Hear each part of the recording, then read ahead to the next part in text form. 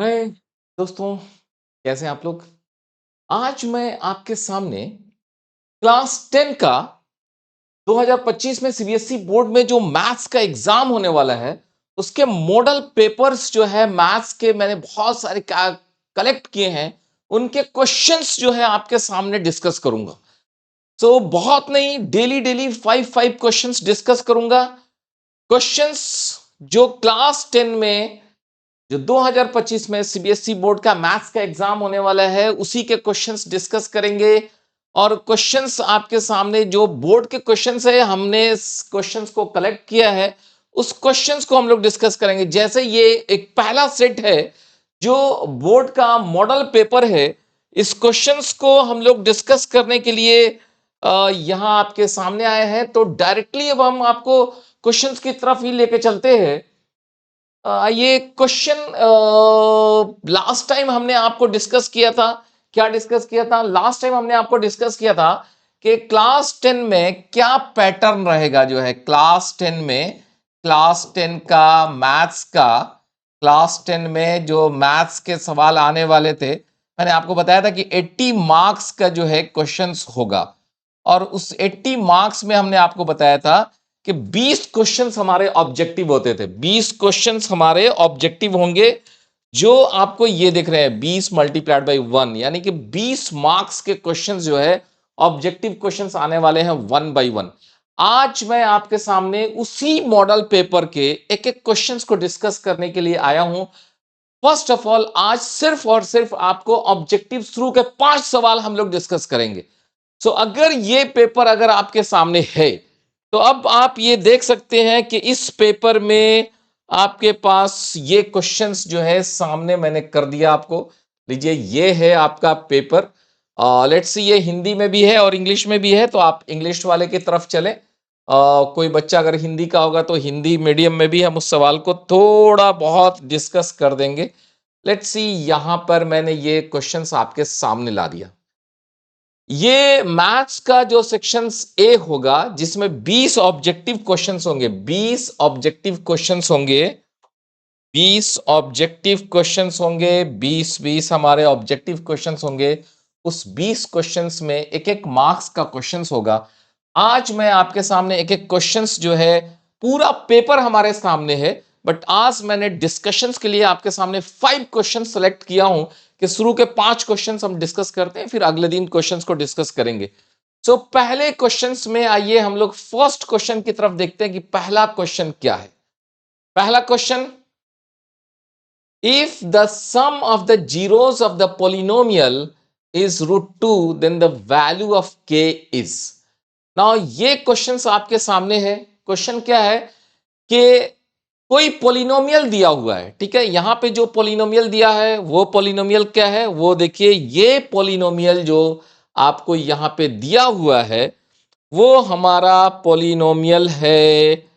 Just see, this polynomial is px and that px is equal to 2x square minus k √2 x plus 1। ठीक है, ये polynomial आपके सामने दिया हुआ है जो आप यहां देख रहे हैं, दिस पोलिनोमियल।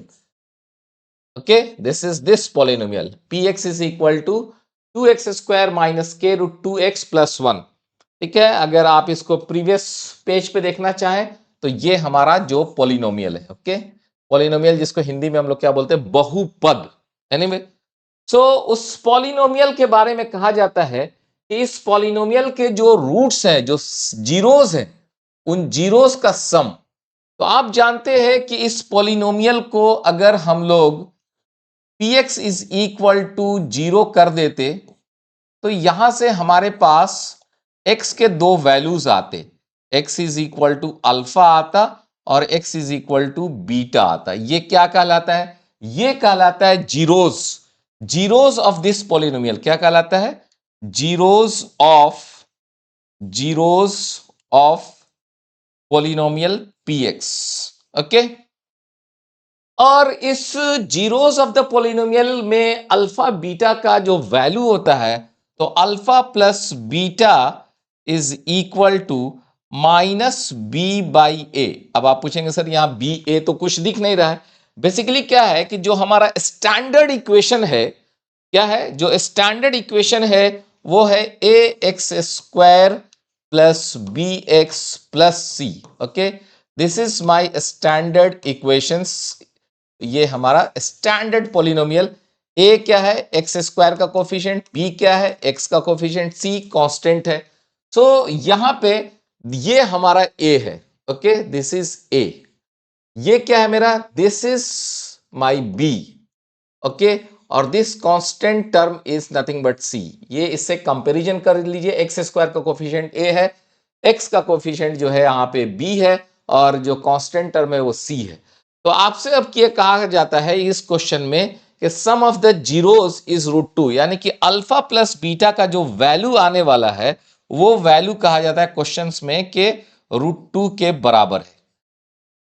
तो भाई अल्फा प्लस बीटा, यहां से formula minus B by A, this is equal to minus B का वैल्यू कितना दिया है, बी का वैल्यू ऑलरेडी माइनस माइनस के √2 दिया है, डिवाइडेड बाई ए का वैल्यू 2 है। So alpha plus beta is this much minus B by A, and this is equal to √2। So अब आप देखिए कि इसको अगर हम सॉल्व करते तो क्या होगा, √2 से ये √2 कैंसिल हो गया है, और यहां से k इज इक्वल टू 2 आया। तो पहला सवाल में k का वैल्यू यहां पे 2। ओके, सो फर्स्ट क्वेश्चन किस चैप्टर से था, ये था हमारा पॉलिनोमियल चैप्टर से था। किस चैप्टर से, पॉलिनोमियल चैप्टर से था। सो अब आइए जरा दूसरे क्वेश्चन की तरफ। दूसरा क्वेश्चन क्या कह रहा है, सो दूसरा क्वेश्चंस के लिए अब आप जरा एक बार देख लीजिए कि भाई दूसरा क्वेश्चंस क्या कह रहा है। आइए जरा इनको मिटा दिया जाए, लेट्स सी। ओके, और दूसरा क्वेश्चंस के लिए हम लोग आ रहे हैं।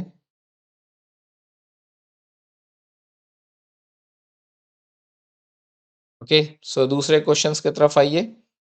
दूसरा क्वेश्चन के if the probability of A player winning a game is 0.79, कह रहा है कि एक गेम जीतने की जो प्रोबेबिलिटी है। ओके, सो मान लीजिए गेम को हम लोग गेम को हम लोग ई से डिनोट कर रहे हैं, and probability of winning, let us suppose P E, probability of winning the game is 0.79। Okay, so आपसे ये पूछा जाता है then the probability of is losing the game, यानी कि गेम नहीं जीतने की प्रोबेबिलिटी। सो गेम नहीं जीतने की प्रोबेबिलिटी क्या है, that is P E dash.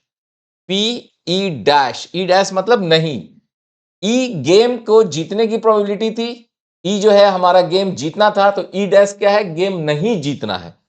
So game नहीं जीतने की probability is simply 1 minus game जीतने की प्रोबेबिलिटी। क्योंकि हम लोगों ने क्या पढ़ा था, हम लोगों ने, अगर इफ यू रिमेंबर, तो हम लोग पढ़ते थे कि probability of event plus probability of not the event, event नहीं होने की प्रोबेबिलिटी, दोनों का जोड़ जो है 1 होता था।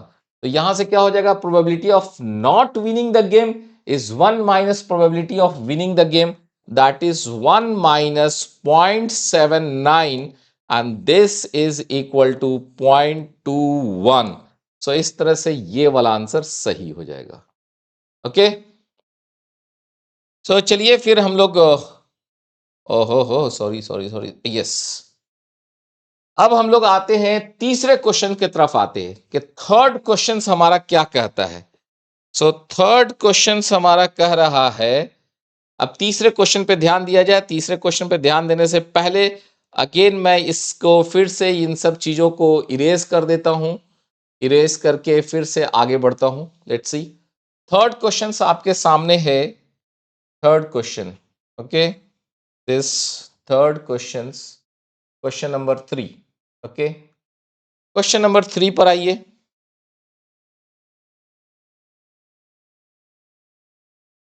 Question number 3,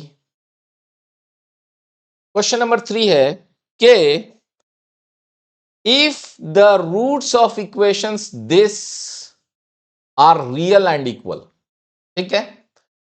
A X square plus B X plus C is equal to 0 where A is not equal to 0।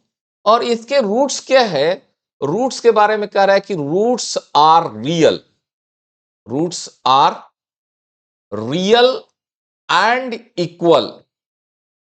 So roots जब रियल एंड इक्वल होते हैं तो उसके लिए क्या क्राइटेरिया होता है भाई, उसके लिए क्राइटेरिया होता है कि discriminant should be equal to 0। And what is discriminant, discriminant is nothing but B square minus 4ac, discriminant should be equal to 0। So आइए, अगर रूट्स को रियल और इक्वल होना है तो डिस्क्रिमिनांट को 0 होना पड़ेगा। अगर रूट्स रियल और इक्वल नहीं होता तो डिस्क्रिमिनांट ग्रेटर देन 0, रूट्स अगर रियल नहीं होते तो डिस्क्रिमिनांट लेस देन 0 हो जाता। सो ऐसे कंडीशंस में जब हम लोग इसको 0 करेंगे तो क्या आएगा, बी स्क्वायर माइनस 4ac। जैसे ही इसको आपने 0 किया, b square is equal to 4ac हो जाएगा, और इसलिए ac is equal to b square by 4। So इस तरह से आपके पास ये ऑप्शन सही हो जाएगा। ओके, सो पहला, दूसरा और तीसरा क्वेश्चन हमने डिस्कस किया। अब बारी है क्वेश्चन नंबर 4 डिस्कस करने की। कौन सा है, क्वेश्चन नंबर 4। तो क्वेश्चन नंबर 4 अब आपके सामने है। क्वेश्चन नंबर 4 पे ध्यान दीजिए।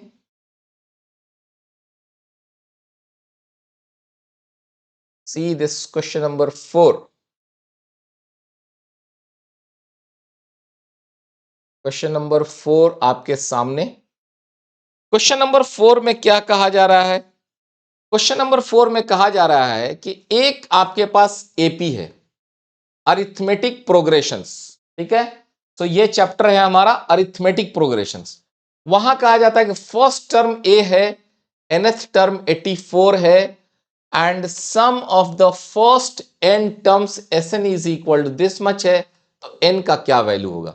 सबसे पहली बात, अब आप जानते हैं कि आपके पास जो एपी होता है, अरिथमेटिक जो प्रोग्रेशंस होता है, उस अरिथमेटिक प्रोग्रेशंस में क्या होता है, ये देखिए।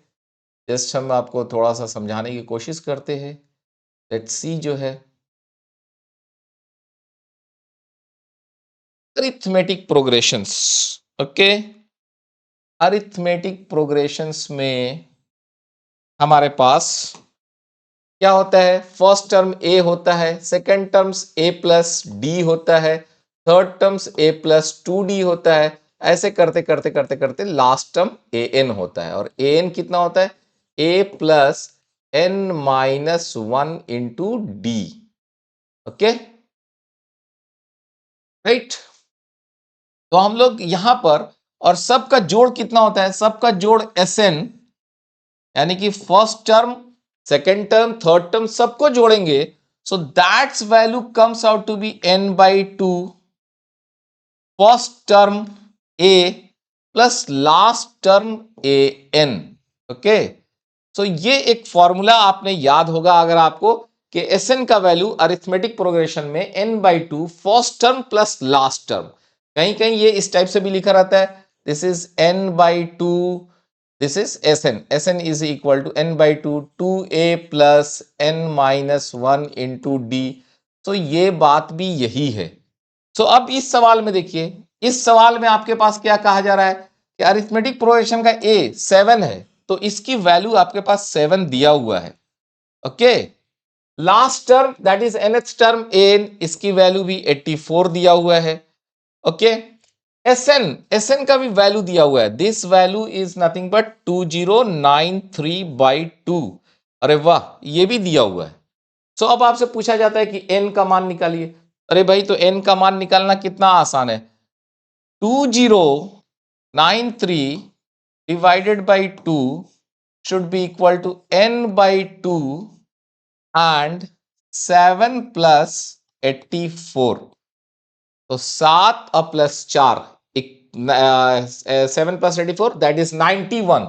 सो ये हो गया 2093, ये 2 से 2 कट गया, is equal to n into 91। अब 91 से इसमें भाग दीजिए, तो 91 से भाग देंगे तो probably the answer should be 23, क्योंकि 91 को अगर आप 23 से गुना करेंगे तो 3:3, 18, 2 और फिर 18, कितना हुआ 3 0, ओके 9 एंड दिस इज 3 9 तिरका 27, सॉरी 27 और 2 एकम 2, दोनों 18, 3, then this is 9 and this is 7 2 9 हुआ, और ये था आप कितना 2 2 8 10 के 0 हाथ में 1 2, okay. So this is n से कैंसिल करके this is 23, okay. So n का वैल्यू कितना हो जाएगा 23, यहां से हम लोग काट के लाएंगे, this is n comes out to be 23। Very simple सवाल है, सिंपली क्या है, सिंपली एपी के फॉर्मूला पर बेस्ड है, ओके। सो अब इसके बाद अब हम आपको बता रहे हैं क्वेश्चन नंबर 5।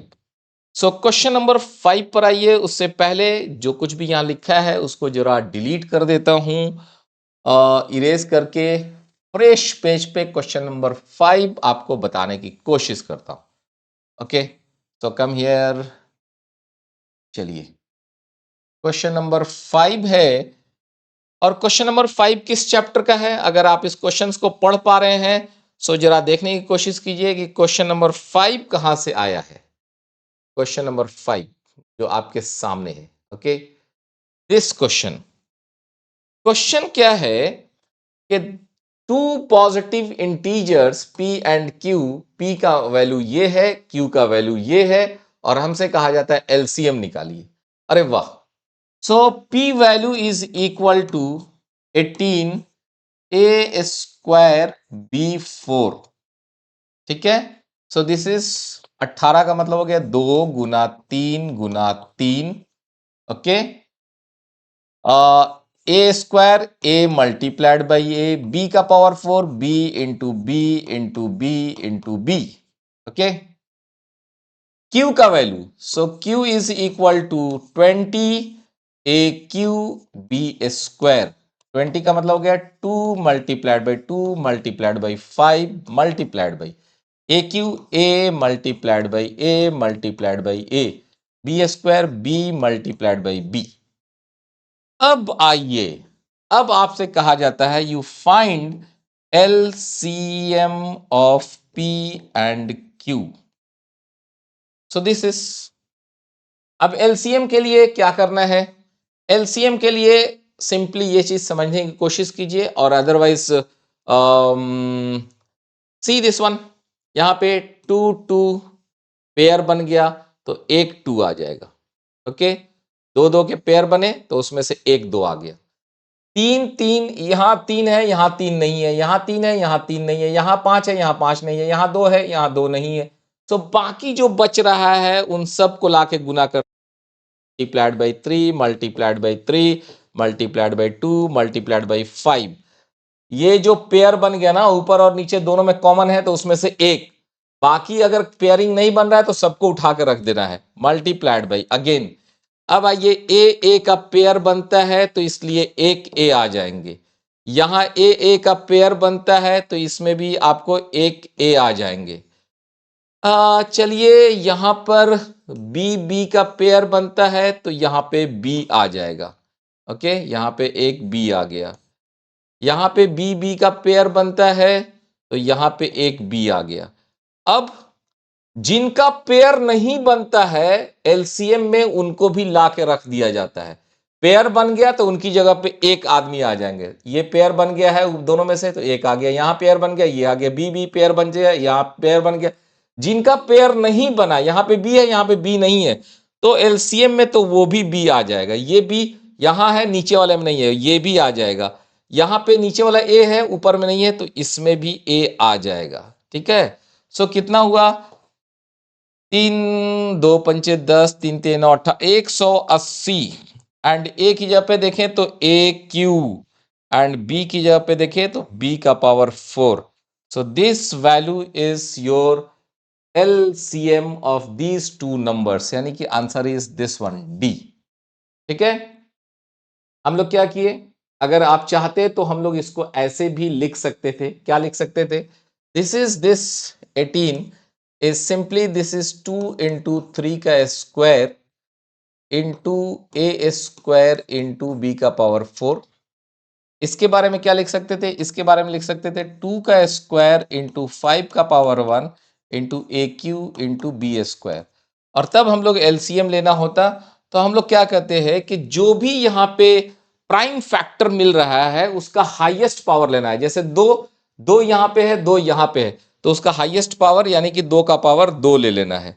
उसी तरह यहाँ पे 3 का स्क्वायर है, यहाँ पे 3 का नहीं है, तो 3 का हाईएस्ट पावर 3 का स्क्वायर ले लेना है। यहाँ पे 5 का पावर 1 है, इधर 5 नहीं है, 5 का हाईएस्ट पावर 5 का पावर 1 ले लेना है। अब आइए यहाँ पे यहाँ पे ए का स्क्वायर है, यहाँ पे ए का क्यू है, ए का हाईएस्ट पावर ले लेना है। यहाँ पे बी, वहां पे बी स्क्वायर, वहां पे बी का पावर 4, बी का हाईएस्ट पावर ले लेना है। सो अभी भी ये देखेंगे तो इसको भी जब गुना करेंगे तो यही चीज आएगा, 180 ए क्यू इंटू बी 4। हाँ, यहाँ पे ये याद रहे कि ए और बी जो है that must be prime number. ये क्वेश्चन में लिखा भी है, a and b are prime numbers. ठीक है, सो इस तरह से ये हम लोगों ने आपके सामने आज जो है 5 सवाल क्वेश्चंस के डिस्कस किए हैं। मैं आपसे क्या कहना चाह रहा हूं कि ये क्वेश्चंस तो मैंने आपको डिस्कस किया है, बट क्वेश्चन के दूसरा ये चीज दिखाना चाह रहे थे आपको कि ये पूरा क्वेश्चंस हमारे पास जो है सेट पड़ा हुआ है। क्वेश्चन फटाफट आप देख सकते हैं कि ये क्वेश्चंस हमारे पास है, क्वेश्चंस का सेट पड़ा हुआ है। सारे क्वेश्चंस जो है, क्वेश्चन जो भी एग्जाम्स में आने वाला है वो क्वेश्चन का हमारे पास सेट जो है यहाँ तक पूरा पड़ा हुआ है। That is the last question your 38 number questions, 38। Okay, so 38 number questions तक, यानी कि पूरे क्वेश्चन का सेट है। दैट इज ऐसे ऐसे बहुत सारे सेट का कलेक्शंस मैंने किया है। सो सब्सिक्वेंटली डेली डेली मैं हर एक एक्सरसाइज के हर एक सेट के 5-5 क्वेश्चंस डिस्कस करूंगा। तो इसका मतलब ये है कि अगले क्लास में, यानी दैट इज द कल, हम आपको ये 5 क्वेश्चंस जो है डिस्कस करने वाले हैं। क्वेश्चन नंबर 6 से लेके 6, 7, 8, 9, 10 ये क्वेश्चंस हम आपके सामने डिस्कस करने वाले हैं। ओके, कल आपको ये क्वेश्चंस जो बोर्ड में के एक्सपेक्टेड क्वेश्चंस हैं, मॉडल क्वेश्चंस के रूप में जो है क्वेश्चंस सामने है, जो क्लास 10 का है, मैथ्स का है। सो क्वेश्चन नंबर 6, 7, 8, 9, 10 ये क्वेश्चंस कल मैं आपको फिर से डिस्कस करने वाला हूं। सो अगले वीडियोस तक के लिए आप जो है वेट कीजिए। और अगर अब तक आपने जो है मेरे वीडियोस चैनल पे जो है आके नहीं देखा है, तो आप इस यूट्यूब चैनल पे, that is Sana wisdom, Sana wisdom, Sana wisdom YouTube channel पर जाके देखिए, आपको बहुत सारे क्वेश्चंस इस टाइप के मिलेंगे।